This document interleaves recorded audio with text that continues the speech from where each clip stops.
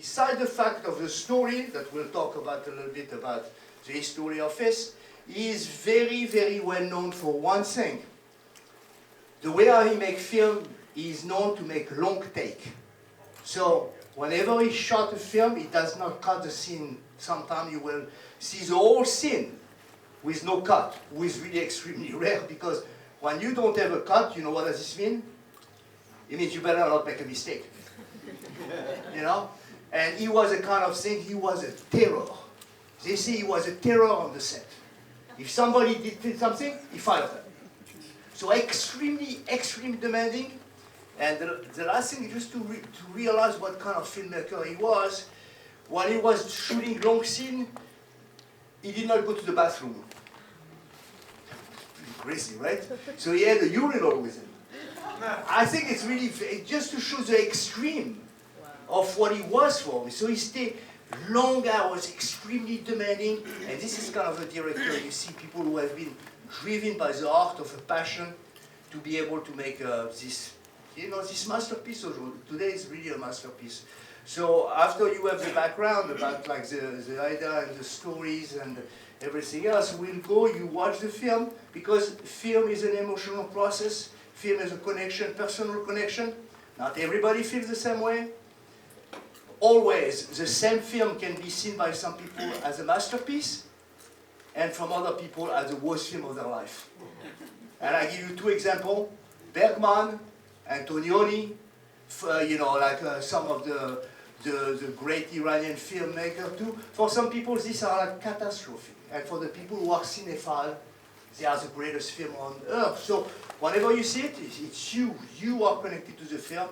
You make your own experience, and after this, please stay, because the idea is like how people can ask questions, but it's more a discussion.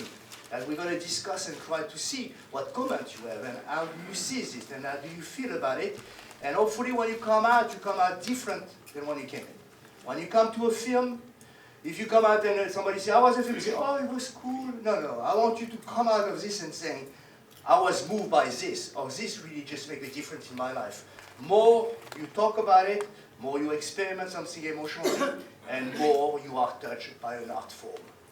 How many times can you watch a film again? And people know what I say. The same thing, that how many times can you watch the same painting? I mean, I have been certainly looking at the Demoiselle d'Avignon in the MoMA maybe 5 million times. I don't even know how many times. Every time I go to see the Picasso, there is something else. Same thing, art form is something that can be seen and reseen. So thank you again for coming, and Anne is going to give you a very good background of what you are watching, and after this we'll have questions. So thank you again for coming. Hi, my name is Anne Giblin-Gadat. I am an associate professor at Seton Hall University, and my specialization is Japanese history. So what I want to do is paint for you briefly, because I would like to get to the movie as well, but briefly paint for you the moment of 1952, as well as the book that is being drawn on. So in 1952, Japan had just finished what was a shocking and amazing rebound, and then great fall. Japan went from being a partially colonized country about 70 years earlier into being one of the foremost nations in the world. It was the only country that was an imperial power, and it sat at the table with the Euro-American powers at the end of the Bacchia Rebellion, at the end of World War I, and then, of course, we see the spectacular fall from grace at the end of World War II. This film was made during the occupation. It's technically the Allied occupation of Japan, but in reality it was the American occupation of Japan, because that was the vast majority of those who were helping to rebuild Japan in the image that America wanted it to be. When he decided to make this film, he was under extreme censorship. America had massive amounts of censorship, so any film that was being made that criticized the occupation or fraternization between the occupiers and the occupied were not allowed. And I think that might be part of what brought him to the decision to pull from the classics in Japan. He pulled from Ihara Saikaku's Life of an Amorous Woman, which is, he's probably one of the greatest satirists in Japanese history. Ihara Saikaku was writing in the 1600s. In 1686 is when Life of an Amorous Woman came out. And what he did with that book was it was funny. He's basically the Pulp Fiction writer of his time period. He wasn't writing high art. He was writing sex. He wrote a lot about sex, and I'll tell you, you can't really unread some of those things. I've tried. Once you read them, you're there. But in this piece, it was a transgressive piece.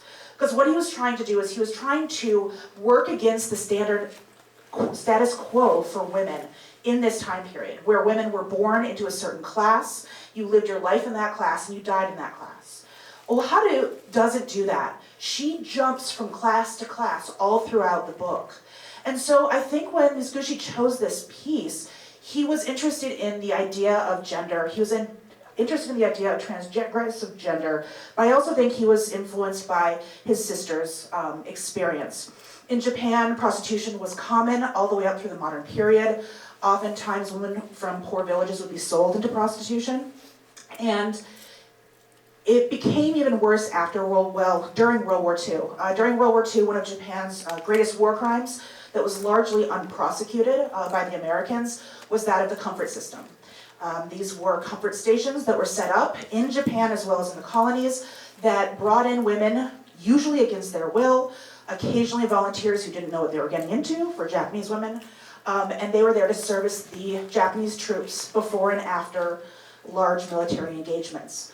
At 1945, it's the end of the war. War crimes stop, right? No.